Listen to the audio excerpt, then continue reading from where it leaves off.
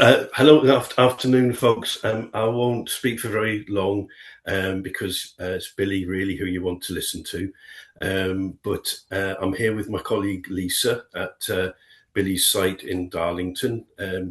Lisa has been very much leading on the work that our sort of community team, the museum, has been doing with Billy and Billy's community. But he's a fascinating individual, how he doesn't mind me saying so. Full of useful information and gems. So I'll let Billy introduce himself and give you his sort of, I suppose, your proper title and your proper name. And I think I'm just interested to hear a bit about your history, the work you do with Appleby, where you've come from, and all of that. So I'll let you get on and say hello. Hello, everyone. My name is Billy Welch, and I am in our language, I'm referred to as a Sheraron. Sheraron means head gypsy. That's in Romani, our language. And my people, I'm Roma Gypsy. I'm not traveller, I'm Roma Gypsy. And my people left northern India round about 1100 years ago. We were driven out by the Mughals. Now, a lot of gypsies were taken as slaves back into Persia, and a lot of us escaped, and we were scattered to the four corners of the earth. In Iraq today, you've got the Bedouin people, who are actually descended from gypsies. And the language they speak, Romanus, is very, very similar to our language, and the traditions and the culture is very, very similar. We left northern India, and like I say, we were scattered to the four corners of the earth. My people went west. Some went east. Some went down into the Middle East, and you've got the Roma people. You've got the Sinti. Well, there's many different tribes. The Gypsy people are very diverse people. And there's many different tribes. The five major tribes is Sinti, Rom, Manush, Calvaresh, and Kali. My tribe is Sinti. And my people went west. The nucleus of our people are in Romania and Hungary today. But some of us kept moving west. And about 500-600 years ago, roughly, we began arriving on these shores in numbers. Although that there is evidence of us being here in the 11th century. An archaeological dig just outside of Norwich, dug up some human remains dated back to the 11th century with gypsy DNA, Roma DNA. Now, as we migrated through Europe, we came across travelling people in Germany, France, particularly in Holland, a very large group of travelling people. And as we arrived in Britain, there was lots of travelling people in Britain, which is another nomadic people. Different culture, different language, different beliefs and traditions, but a nomadic people who were horse trade dealers, same as ourselves.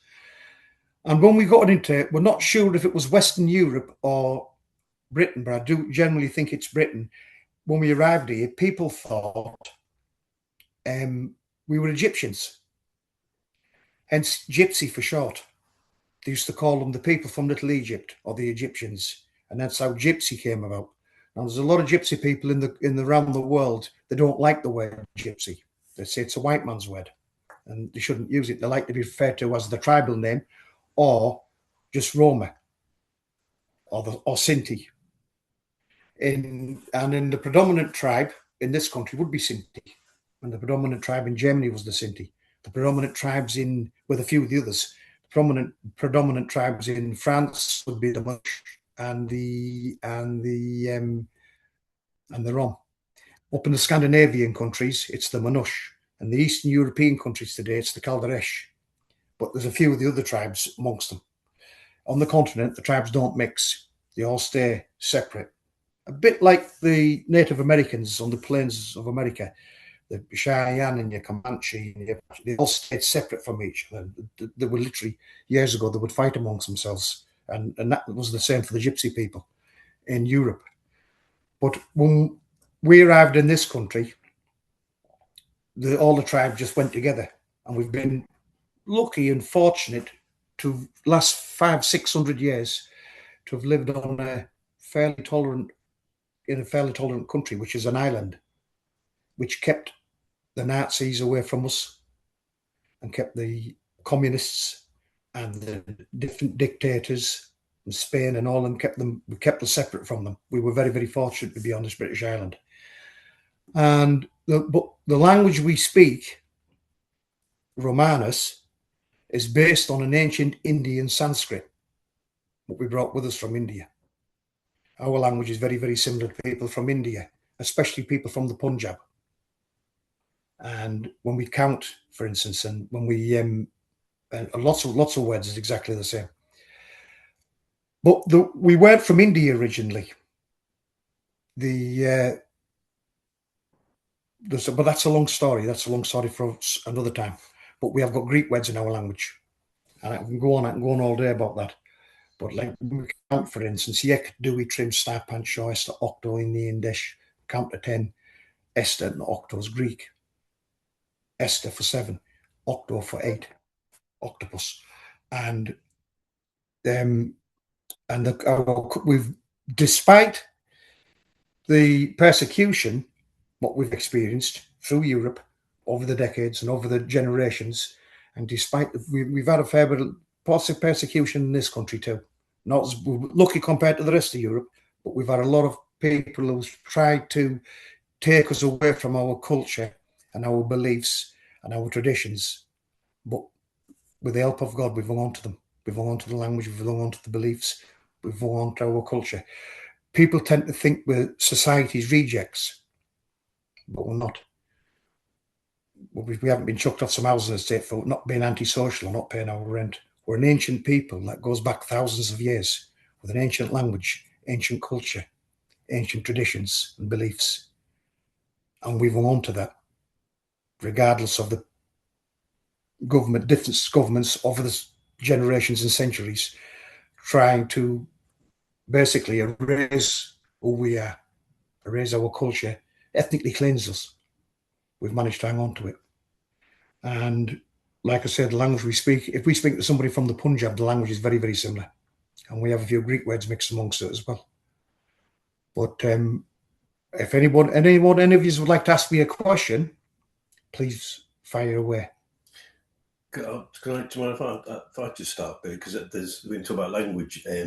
One of the things when we first started talking was the languages that come in, the words that we use. Yeah. As kind of as you in the English language today, in the English language today all over the country, there's a lot of Romanus words in you all use them and you don't realize you're using them, because we've had quite a impact on this country. We've been here for centuries, in the thousands, and there's you'd be surprised how many people from the settler community actually have Roma Gypsy DNA or traveller DNA. And we have a saying, and the old ones say it today, whatever happened to such and such a family? And the saying is, they went into the wood. They went into the wood. Meaning, like we're surrounded with the settler community. It's like we're living in a wood. And they saw that family went into the wood. They disappeared into the wood, and we never seen them again. Well, then people went in and married into the settler community and disappeared amongst the settler community. But a lot of the words carried on, and a lot of the language and the DNA is there today. You'd be surprised how many people who's got Roma DNA in them. And even things like, to give you an example, fools and horses. You'll have all watched that at one time or another. When Del Boy will say, Kushti, that's Kushti. Kushti means wonderful, marvellous.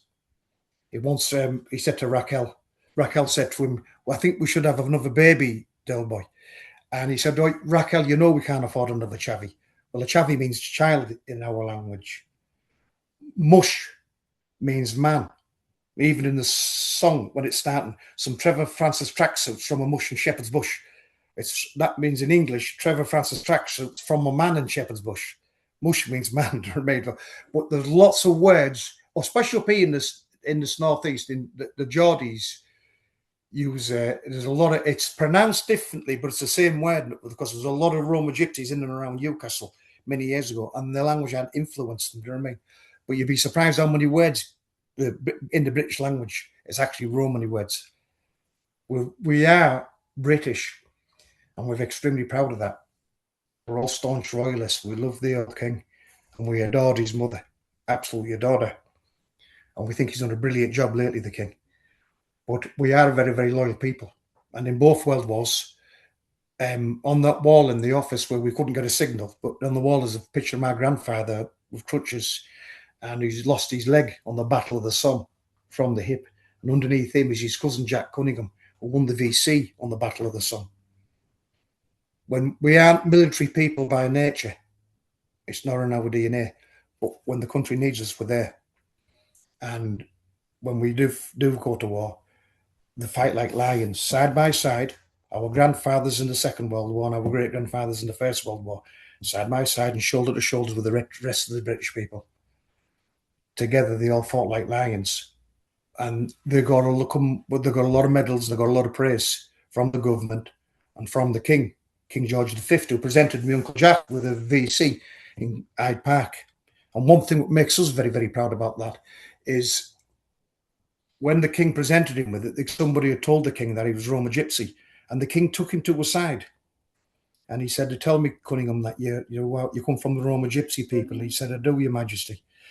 And the King chatted to him for about 15, 20 minutes about it. And that made us when we tell that story with pride. And because he won the VC. But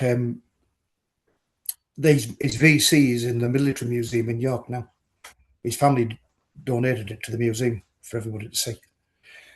The Appleby Fair, when we first began arriving in this, because I run and organise Appleby Fair, the old traditional fair. There's lots of other fields opened up now, market fields and things. Them just farmers earning a few quid off the back of the fair, and you can't blame them for that. But the old traditional fair, I organise it and run it, and it still exists today. And how it come about was there was always a fair there. There was always a drovers fair there, where the farmers would take cattle and sheep and poultry. And it was also when going back centuries ago, all the farmhands, every farm had farmhands. They had no machinery. A small farm would have 10 farmhands. A big farm could have up to 100 farmhands, the big farms. And all the farmhands and all the servants in the area, in Cumbria, all got the wages, full year's wages on one day. And it was fair day on Appleby Fair. And they would come into the town. It wasn't just sheep and cattle and poultry, it was horses as well, mainly horses, but it was for everything. In the days before the railways, and when the farmers would breed the animals and raise them, and the place they had to sell them was the local fair. And every town had one. And then the gypsies started going to it, and then the gypsies realised that all the people there had a full year's wages in the pocket. Well, there was money to be earned. And they would tell the fortunes, they would sell them pegs, they would sell them lace, sell them paper flowers, and they would buy and sell horses with all the farmers, buying the farmers' horses, and the farmers would buy the horses from them. And it became a very lucrative place to go to. And I'm on about, well, King James II chartered it as a gypsy horse fair in 1685, but it was a horse fair long before that. And they chartered it as Appleby New Fair because it was the new charter. And that's why they call it Appleby New Fair now. But it was King James II who chartered it as Appleby New Fair, but there was a charter before that. And some people have researched it, and it could have gone back to Roman times, Appleby. Well, over the centuries, it's literally became the most important date in the Gypsy and Traveller calendar. It's more important to us than Christmas, even though we're Christian people. Then that place and the surrounding area is sacred to us. And when we go to this place, Appleby, and we sit around the campfires, well, I'll give you an example. We've been here in Darlington. I've just been showing Seb and at least some of the photographs of my family, mother's people and father's people on the wall in the office. And we've been in Darlington. We've got evidence of this in nearly 200 years. But even though we've been in Darlington, it's been a base for us for nearly 200 years, people still say to us, why don't you lot go back to where you come from? It was said to me a couple of years ago, man said, why don't you lot go back to where you come from? And I said to him, well, how long have you lived here? I've been here for 25 years. I said, we've been here for nearly 200 years. Why don't you go back to where you come from? But we do get that, and we get a sense that we don't belong wherever we go. And doesn't matter how long we're in a place, we're never really truly accepted, and we get a sense that we don't belong. But when we are on Appleby Horse Fair and we're sitting around the campfires, it gives us a sense of belonging, a sense of ancestry, a sense of place. And when we are there, we know our ancestors are with us. And that's the importance of it. And we set up a big tent on there, a Christian tent. And on Sunday, we have a service nearly every night about tea time, a Christian service, thanking the Lord for bringing us back to East, because we call it God's country, for bringing us back to East country for another year. And praying for another, that they would bring us back there again the following year. And on Sunday, it's a really big service, because we are Christian people.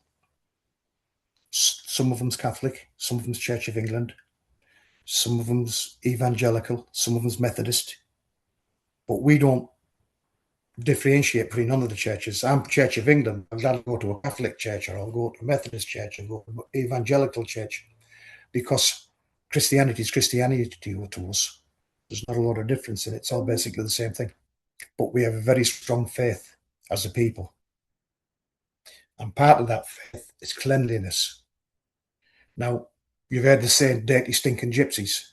Well, we're not dirty and we don't stink, because cleanliness is part of our faith, and it's extremely important.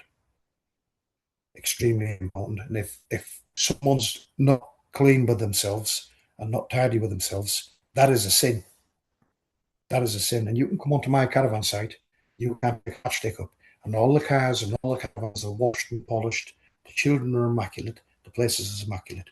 And people come on. And once that Channel 5 came on to do an interview with me, and they got out the crew bus at the gate, and they all walked up, shook my hand, and said, "Are you Billy Welch?" I said, "Yeah." I said, "Where do you want to film?" He said, "We want to film on the gypsy side." I said, "This is the gypsy side." No, not this gypsy side. Not this gypsy side. I said, "Which gypsy side are you talking about?" The other one, the other gypsy side. I said, "You mean the gypsy side what was in the movie Snatch? That's that the gypsy? That's it." He said, "That's it. That's the gypsy side." I said, "That doesn't exist. That was in Guy Ritchie's imagination." I said, "And they weren't gypsies. I don't know what they were in that movie. It was a representation of our people." But but one of the young lasses on the camp had pulled out a dryer.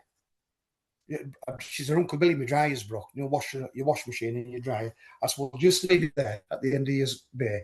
I said, "And Sam, a lad who comes round and does our recycling for us, will come and collect it and take it away, and it'll be recycled." Okay, then. They got the camera and run to that old dryer. The door was hanging off it. So I politely told them to leave, get off my side, because they weren't interested in a beautiful, clean site. They wanted to see filth and depredation, and they wanted to see negativity. And this is one of our biggest problems is the media. Now the media portrays us, because we are literally at their mercy. When they want to film us and do a documentary about us, they do it they'll do it in their way, what they think gypsy should look like and what gypsy should behave like. And regardless of what we say to them, they will do the complete opposite. We have another big problem is there is a lot of people, but not all bad. The large majority of them is good people. There's quite a lot of people from the settled community who will claim to be gypsies and claim to be travellers. And I think in order to be a gypsy or to be a traveller, you've got to go with the stereotype. You've got to be antisocial, filthy, make a mess wherever you go. Just be rude to people in general. And then that's where the media look for. The media try to find these people, and they're actually from the settled community. And we look on in amazement. On Appleby Fair, for instance, all the surrounding fields are 90% full of the settler community. The people, the farmers from the settler community, the people that gave these farmers the license for these fields is the council from the settler community. And then up turns the media, all the cameras and everything, and they'll go down into these fields and film these people from the settler community who claim to be gypsies. Some call them wannabes, we call them widos. Some call them, down in London, they call them barra boys. But they'll film them. They'll be smothered in tattoos. We don't know. And they'll film them. And then they will take this film of these people from the settler community, and they will take it and show it to the settler community. And then themselves, the film crew are from the settler community. And we just watch in amazement. These people are come amazed about how these people think. Because it's for them, it's got nothing to do with the truth, especially the newspapers. It's got to do with how many newspapers it'll sell and how many viewing ratings it'll get. And they couldn't care less about the truth. So what we're doing here today, and why I've agreed to do this is a great opportunity to tell the truth and present us really what we are for what we are. We're not perfect. We're not perfect. There's no such thing as perfect. And amongst our own people, we do have idiots, just the same way as you do amongst the settler community. You've got quite a few yourself. But human beings is human beings. And I think what we're doing here today with all these museums is a great opportunity. If I had time, I could take it even further back than India, because we didn't come from India originally. I could go back from that. I mean, we literally go back thousands of years. And maybe in Birmingham in a few months' time, maybe if people's got patience to listen to me, I would love to go through that story with everybody. But is anyone like to ask me a question?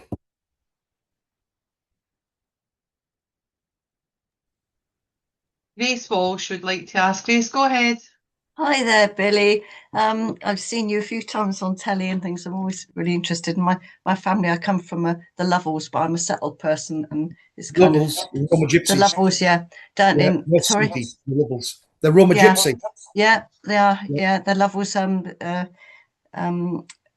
And I've always taken an interest, but I wouldn't pretend that I understand, because I've always lived a settled life, so that's where I am. Yeah. But you were talking about the cleanliness, and I just wonder, this might be my lack of knowledge about any world religion, but I wonder whether some of that part is taken from northern India and the culture, and some of those cultures where washing and cleanliness might be part of that. And I'm happy to be someone to tell me that's right or wrong. I just wonder if it's something that's travelled not just as a religious thing, but to do with a cultural thing that you brought with you, because it's ever so obvious. It's really a strong thing, isn't it? We still have a strong connection with the culture from India. Yeah, and your own, and what you got there, you're 100% right. It is things what we brought with us from that part of the world, and we haven't forgotten them. Even in Germany, in Europe, I've spent because we don't just travel Britain, we travel the world. I've been around the world 3 times. I've spent a lot of years in Canada, the States, Australia. But a place I've spent a lot of time I spent nearly 10 years there, was in Germany, and believe it or not, the German people are wonderful people. You got the odd one, just like you do here, but they were wonderful people. But even in places like Germany, where the gypsies were under Nazi rule and the persecution and the slaughter they went through, they still hung on to them traditions that they brought with them from India, and the culture and the language. The language is the ancient Indian Sanskrit, Romani is what we speak, and they've still got it. They wouldn't let go of it, despite what the Germans did. I mean, with the Jews, they made up excuses to murder the Jews. The bankers, the industrialists, they've caused the war, they've done this, they've done that. All lies, terrible lies what they made up about the Jews, so to try and justify what they were doing. But with the gypsies, they didn't make any excuses up. They just get rid of them because they were different. Just murder them, get rid of them. And the way for us to do that try and escape that would be try to hide our identity and live like a gorgeous, but they didn't. They wouldn't change for nothing, and they wouldn't lie, not for nothing. And they were slaughtered in the millions. Yeah, in the millions. The Nazis stopped counting them at 500,000, 500,000. But then they put them through as they said, there's no point in counting these people. What's the point in counting them while we're murdering them? Just put Not them even through seen as people. Not even seen as human. Not even seen as people. And they put us through as they just put us all down with the Jews. So they put through the Jews. But a lot of the gypsies were murdered by the Nazis on the campsites like the sea where we are today. That's come like a principle that surround them, do terrible things to the women and the little girls, take anything of any value and murder them and leave the bodies laid on the ground for the crows and the animals. And take anything, burn all horse wagons, take the horses and anything of any value. A lot of gypsies were pulled over, convoys of them, trying to get out of Europe. And the Gestapo would just murder them on the sides of the road and leave them. They never counted them. So there was estimated between 1.5 to 2 million was murdered. We're a much smaller population than the Jewish community. Yes. So on average, in percentage, they murdered just as many of us. And it's only recently they're even talking about it. Yes. But what you said there, a lot of our customs, traditions, and it still comes from in northern India and Afghanistan, the Khyber Pass. And where we came from was the Indus Valley. We've got a connection with all of that. But if you look at the old horse-drawn gypsy wagons today, the designs and the colours, the golds and the greens and the reds and all the gold gilt and the designs and everything, and then you look at how they paint the trucks and the buses and the stuff in northern India up to the Khyber Pass, and then look, it's the same. We brought it from there. We brought a lot of, even though we went from there originally, we brought a lot with them, including the language. Thank you. Yes, that's very interesting, Billy. Thank you very much. You're welcome. Thank you for your questions. And it's nice to meet you, cuz. Now you're one of the Lovels, so you're a sister. Nice to meet. Lovely to meet your sister. Oh, thank you. And I can't remember the name for brother in Romani. Pry. Bral, yeah. Pry, yeah. Bral, yeah. Brother and cousin. Bob, you've got a question? Not so much as a question, it's just comments and just a wee story of my own, because, hi Seb. You nice to see you. Exactly, like 50... Hi, yeah, it's at the backy there. I like look at that. Go on. It's another world. I'm looking behind you and I wasn't listening to you. Sorry about that. Carry on, go on. That's over 70 years worth. Exactly 50 years ago, I was actually a supervisor in a large archaeological site outside Peterborough. And we used to have a lot of the gypsies on the site, because it was a huge site. They had all the horses, and I used to sort of keep an eye out on the horses from time to time. One of my brothers was born in Peterborough, but sorry. All right. Go on. But the main person I remember is Bunny Holmes. Yeah. Big horse man. Bunny Holmes. So, you know, when you're saying about the cleanliness as well, I remember going into his wagon there, and, you know, sort of, as you say, you know, you could eat off the floor, immaculate. And so a lot of what you were saying sort of is taking me back half a century, you know, so it's just, you know, it's grand, you know. But, you know, and I think I wanted to ask you too, knowing you were coming on, because I remember Bunny had a horse there that had the nickname of the $6 million horse. And it was a very showy piebald stallion. And I think it had a hell of a reputation at the time, but I just wonder whether that story's continued on half a century later. I've heard the story of Bunny Holmes is a very prominent gypsy man and very, very well known. But I've heard the story of the $6 million horse. Yeah. And I mean, it was an honor having him and other people on the site as well. In fact, actually, there was, you know, as a starving archaeologist, I mean, one sort of young family took pity on me. They used to feed me from time to time. Yeah, but as I say, I've enjoyed what you said so far. I'm going to feed these two in a minute. No, what's your name? Bob Powell. Nice to meet you, Bob. Same to you, Billy. I'd love to come down and have a look at all your harness and your stuff that you've got behind you there. Yeah, well, that's the first brasses I got when I was 2. That's another story. Aye. He's been working with horses. Good time in his pub. Yeah.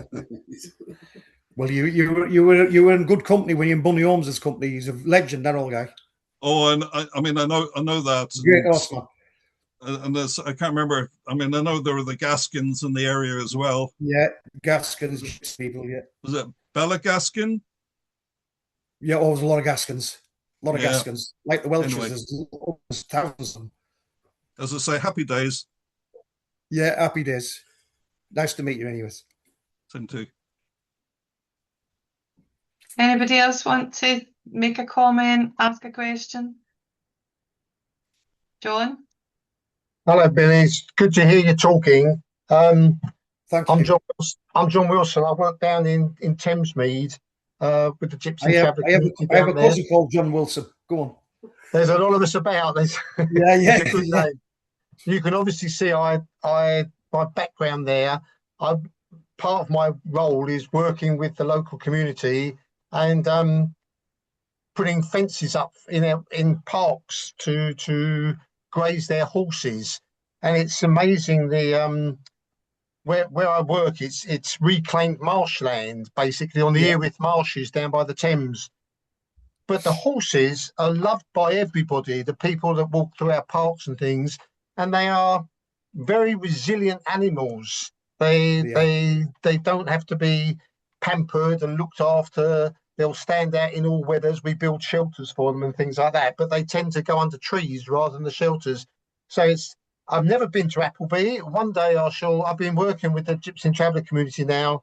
I used to manage the caravan site in Star Lane in Orpington, which is quite notorious in southeast of England. But one day I shall get up to Appleby and meet you up there and shake your hand. But it's good to hear your stories, and it's nice to hear you.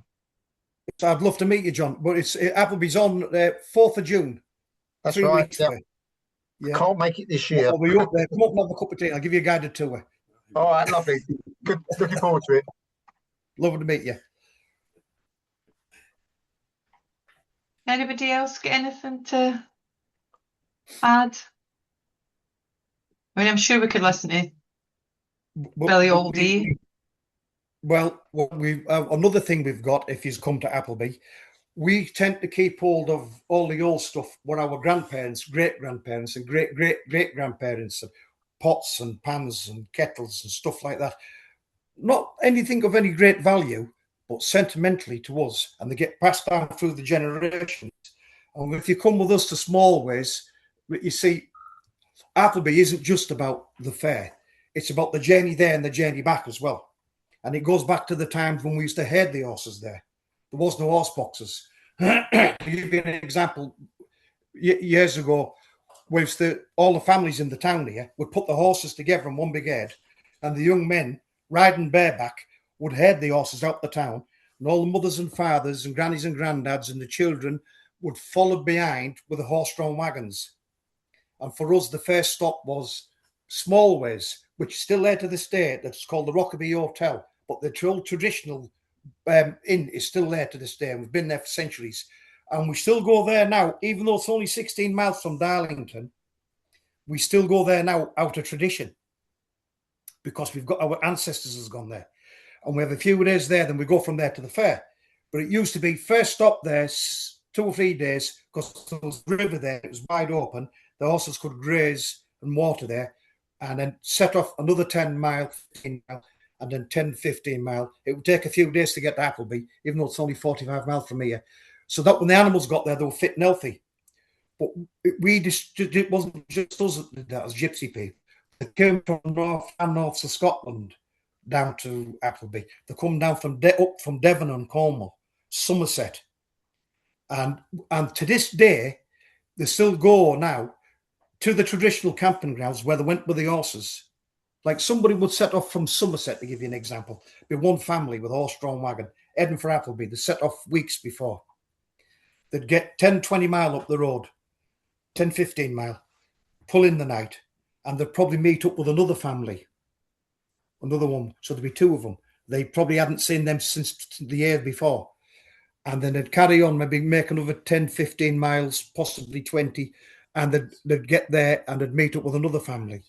And then they'd travel maybe 2 or 3 other stops and they wouldn't see nobody else, but then they'd bump into a group of half a dozen And then by the time they got to Appleby and they'd camped in all these traditional places where their ancestors had camped, all the way to Appleby, there'd maybe 20, 30, 40 in a group. And they'd get to Appleby, they'd all camp round Appleby in the night time, like they still do now, camp round on all little encampments all around Appleby, waiting for me to open the gate. And you look, and you stand up on the hill and you look at the distance, you can see the campfires like stars, and they're all waiting for the gate to open. And then I opened the gate at 4 o'clock on the first Thursday in June, which this year is the 4th. And I opened it at 4 o'clock in the morning. I raised the Roma flag. And these days with the mobile phones and technology, they say the flag's up, the flag's up. And all the gypsies start packing up. And they come onto the fair, all the big groups. And they come in groups as well. Only the odd one comes in by themselves. But they're all always arriving groups. And then when the fair's over, and they've done this for centuries, they would leave with the horse-drawn wagons and they would go back to where there was the night before they came onto the fair. They'd stay there. Then they'd set off back, heading back to Somerset. And that group, maybe 20, 30, 40 handed. And as they make the way back and camp overnight in different places, they'd camp at Crossroads. And then they go up a couple of days later, that's after the rest of the horses, one group would go off in another direction, heading back towards they would come from. And then they just carry on down, kept going down to Somerset. And each time they'd camp, another group, it would get smaller and smaller and smaller until the last campsite, the last wagon on its own, that last family. And then they'd set off and make the last leg of the journey by themselves. And then they wouldn't see or hear of each other till the following year. Because back in the olden days, there was no mobile phones, there was no addresses to send a letter to, even if they could read and write, and 99% of them couldn't read and write. So they'd have to wait, because Appleby isn't just about the horses. It's where the young women meet the future husbands and future wives. It's where they meet each other and catch up. In the olden times, when they're out of touch, somebody could have died, a baby could have been born, and when they're on Appleby, some of these young people get married in St. Lawrence's Church. And then when they get there, they christen the children in St. Lawrence's Church to keep the vicar very busy while they're there. And they do this to this day, because it's a sacred place. The christen Margaret Youngest girls christened there. And it wasn't just about the horses. Do you know what I mean? It's such a cultural event for our people. Do you know what I mean? It's the most important date in the Gypsy and Traveller calendar. And then when they'd catch up, they'd get to Appleby. When they were meeting other groups on the road there and the convoys were getting bigger, they'd catch up on what they'd seen and done and what had gone on in the year. And then they'd get on to the fair. They'd see a son or a daughter who'd got married the year before, and they hadn't seen them since. And they'd probably have a baby and they'd have a good catch up, you know what I mean? And then they'd pull off, and they'd all pull to one little, pull off the fair when it's finished, and they'd go to one little campsite to find themselves where they'd all spend one, 2 nights together again. And then they'd split up. You wouldn't see them family members till the following year, and you wouldn't know whether they was dead or alive, or they'd had babies, or you wouldn't know what's going on until you met them again at Appleby. That's what made it such an important place as well for the Roma Gypsy community in this country, and the travelling community. It's a wonderful, beautiful place. I'd love for all of you to come. Excuse me, I can drink water. Because once you've been to Appleby, you get that bug. You want to go back. That's why we've been encouraging the settler community. Because my dad did this before me. My dad was a showroom before me, and I inherited this responsibility from him. But he began years ago, nearly 50 years ago, encouraging the settler community to come to the fair, come to Appleby, sit around the campfires with us, have a cup of tea. You can have a drink if you want, have some food, talk to us, and form your own opinion. And then when my father passed away and I inherited that responsibility, I carried it on. Come to the fair, because it isn't just for us, it's for anybody who wants to come and enjoy it. And everyone is welcome. Everyone is welcome.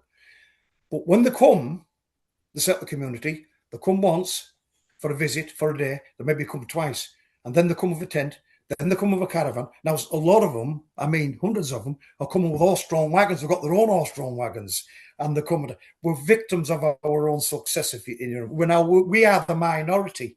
The majority of the people on the fair, 70% of them, is from your own community. But they come and they enjoy it. We call them the weekend gypsies. And they come there. Once you've been, you've got to come back because there's nothing else like it. It's unique on the planet Earth. It's unique on the planet Earth. Such a wonderful atmosphere. Okay, Billy. Sheila Fisher, you had a question or you wanted to say something? Hi, Billy. Yes, hi. I'm from Reading, the Museum of English Rural Life. How are you, Sheila? I'm really good to meet you, Billy. Thank you. It's been really interesting to hear. You actually kind of answered it just then because I was intrigued to hear you say at the top of the conversation that you have this responsibility of leadership, and I wondered how you came about it, but you've answered it since by saying you sort of inherited it from your father. But I was interested to know how that the word comes for about. spokesperson, representative spokesperson for the Roma Gypsies. That's Shadowrun means. And there is a few Shadowruns in different areas. But because I'm in charge of Appleby, because of who my father is, I'm like head of the elders, head of the Shadowrun, if you know what I mean. Carry on. Sorry, Sheila, I should have. No, that's essentially what I was looking to hear, really. And so it's been something I'm trying to find out how old you are, but it's something that you've been doing for a little while, is it? 28. How old are you? Are you married? I'm 47. I'm 47, Billy. Yeah, yes, thank you. No, yeah, I'm 65, and I've been married for about 4,000 years. It feels like. Yeah. So it's something that you know. Did you have any choice of that responsibility? Do you? What? Yeah. Showroom. No, I had no choice. Because I'm the oldest brother. My father raised me to do what I'm doing, and he raised me, educated me with the history of it. You see, what's in my head, you can't get it in a university. A big problem. One of the big problems we've got is you get people, and they mean well, and sometimes for their own benefit as well. They'll say, "Oh, my grandfather was a gypsy, or my grandmother was a gypsy." Well, that's all well and good, and that's lovely. And you've got that gypsy DNA going for you. And what I'm going to do is I've been to university and I'm going to be a gypsy and traveller representative. But they haven't got a clue what they're talking about. Because what's in my head, you can't learn in university. And there's not a few of these, there's dozens and dozens of them, these gypsy traveller groups. And they say, yeah, my granny was a gypsy. They've never been to a horse fair in their lives. They've never travelled anywhere in their lives. They don't understand the language. They don't understand the culture. They don't understand the values.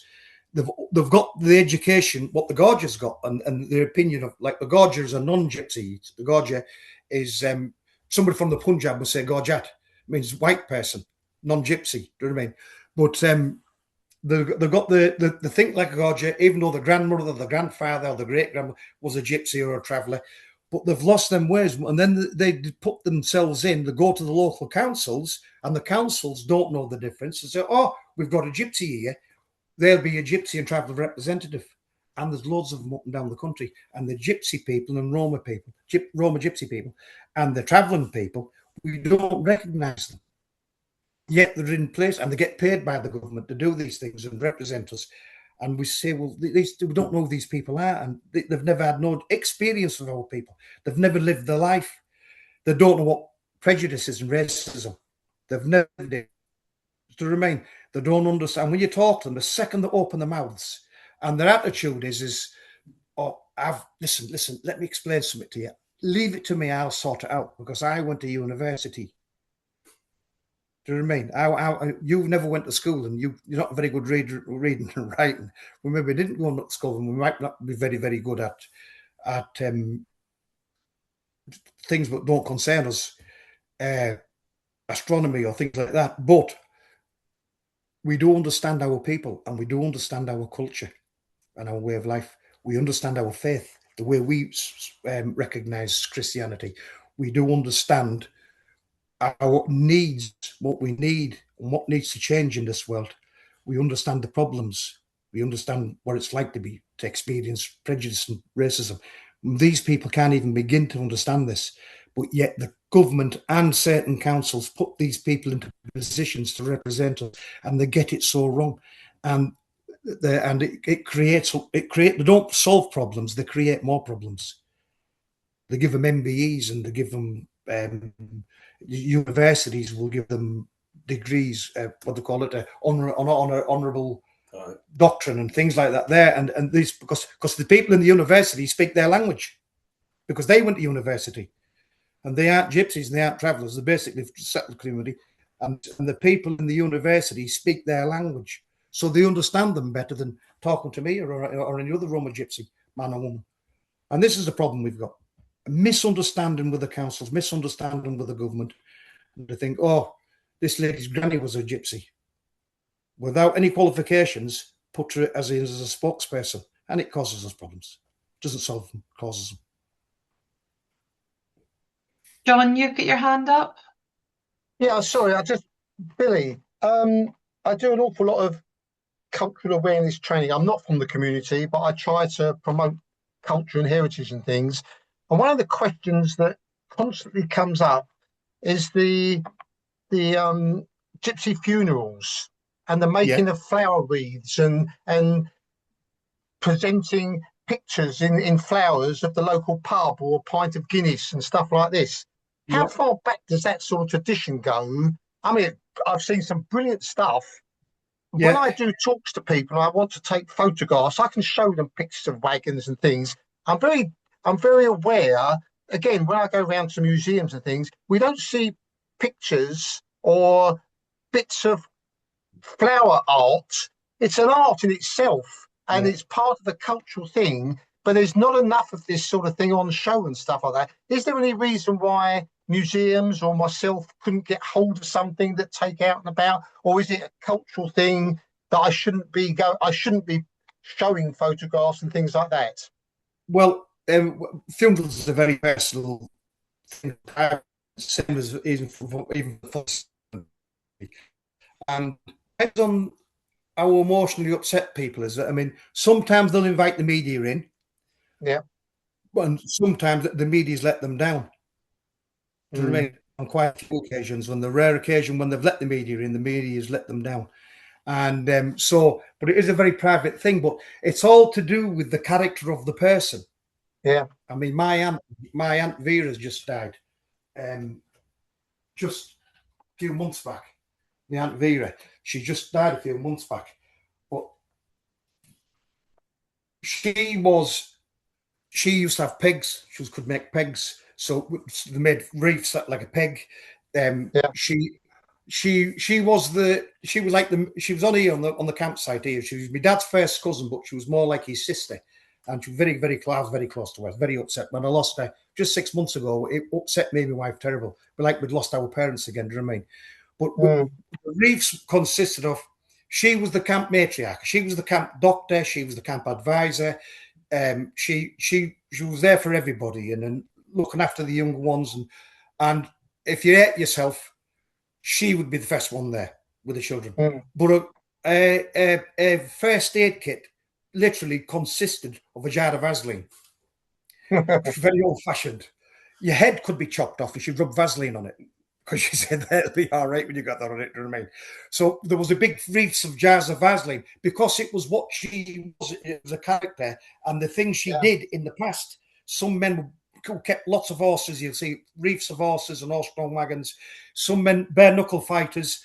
You'll see big wreaths of a boxing ring and two men sparring up in the middle of it. Do you know what I mean? Or there could have been a boxer in the ring, or done both. You boxing gloves, and it's a representation of that. It's illustration of who that person and who that character it was. Do you know what I mean? And we bring them with them, and all the stuff, and we take them there, all made up in flowers. We believe they take all that with them into the next life. And if the man who liked the pint, a man who liked the gamble. You see decks of cards, a set of cards set out. You see a pint of Guinness or a pint of beer or a bottle of whiskey, whatever his favourite tipple was. Do you know what I mean? And whatever, you get some men who are car dealers and van dealers, and they'll make little transit trucks and pickups and vans out of reefs. Do you know what I mean? So that when he goes, he takes them all, they'll go with him. Do you know what I mean? A bit like the Egyptians, I suppose. That's very useful. It helps me tell the story better. When people ask me the questions, that's the sort of things I can give them. Thanks for that. That's really great. They try to illustrate this person, who this person was. Do you know what I mean? And they do that with the flowers. Yeah. We actually helped about 10 years ago. a family came to me. We own parks, and a family came to me and said they wanted to burn the family a caravan from an elderly gentleman, a little touring caravan, and we were able to help the family find a space in our woodlands and burn the caravan. It was very moving occasion. But it also shows you how fast a modern caravan can burn. To gypsy people, now that you bet that caravan goes with them. Yeah, that's right. Yeah, no, it's very moving. Yeah. Thanks for your help. You're welcome. But just one other thing, John. They don't burn the big horse-drawn caravans so much these days. Oh, no. Where's the odd too one? much money. We're far too valuable. They cost more than ours. Too right. This was a little touring thing, but there you go. Yeah. But they used to burn the wagons years ago, but they stopped doing that now. Good stuff. Thanks for your help. You're welcome. Okay, well, I'm getting aware of the time, and obviously your voice, Billy. We need to preserve it, especially with Appleby coming up. Was there anything else, Seb, or yourself? I've done loads of Zoom meetings and Teams meetings like this on meetings, and they're good, but it's not the same as being there in person. And then when you're person, you can react and interact with people better.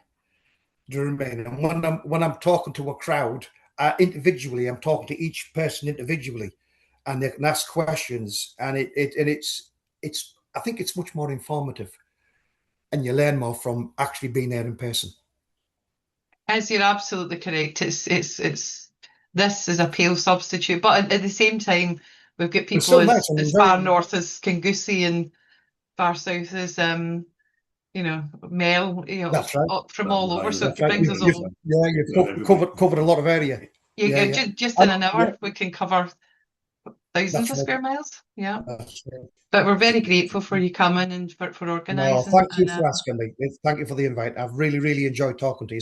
I wish we had a bit more time. I could have gone deeper into it, where we came from. But that's another story for another time. But that's almost a subject in it. There's so many questions people have, but that's sort of where the Roma history originates. That's a whole individual seminar on its own, isn't it? It is, yeah. And I'd love to tell it to you. Love to tell it so you understand us more. You see, we're all of us, human nature makes us frightened of what we don't understand. And the problem what Roma Gypsy people have had, and travelling people, is that there's been a lack of understanding. And when I do talks in theatres and different places, in schools and universities, I've talked in Cambridge University, Queen's College, and I've spoken in the House of Lords. But when afterwards people come to me, literally, and apologise. And I say, why are you apologising? It's because we were so ignorant, we didn't realise. And we had a completely different view of gypsies and travellers. Now you've completely opened our eyes. We don't understand what all the fuss is about. Do you know what I mean? But we're guilty of that as well. We are guilty as gypsy people and travelling people. We're frightened of what we don't understand. It's human nature. And the media hasn't done us any favours in the past. So things like this, what we're doing today, and what we'll probably be doing in Birmingham in November, is a great opportunity to explain to as many people as possible who we are, where we came from, and there's nothing to fear. Well, Billy, we'll hold you to that offer of coming back and explaining things at some point. Thank you very much. And I think, just in case you didn't catch, I sound like an advert.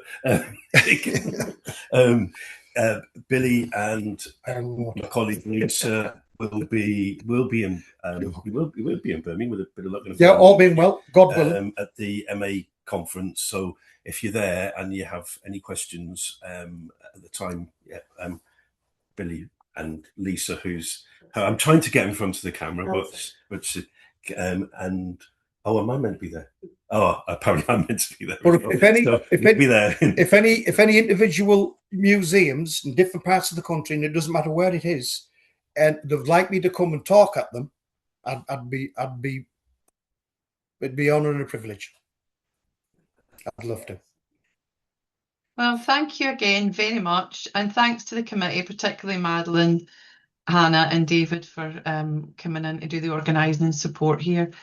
Well, hopefully we'll see you hear from you again soon. Thank you very much. You're welcome. God bless you all. Can I just say something? Have a good day, everybody. Can I just say something in my language before we go? Nice to care and to best back to law. Thank you all very much, and may you all be blessed. Oh, thank you. Thanks. Thank you. Bye-bye. Bye-bye.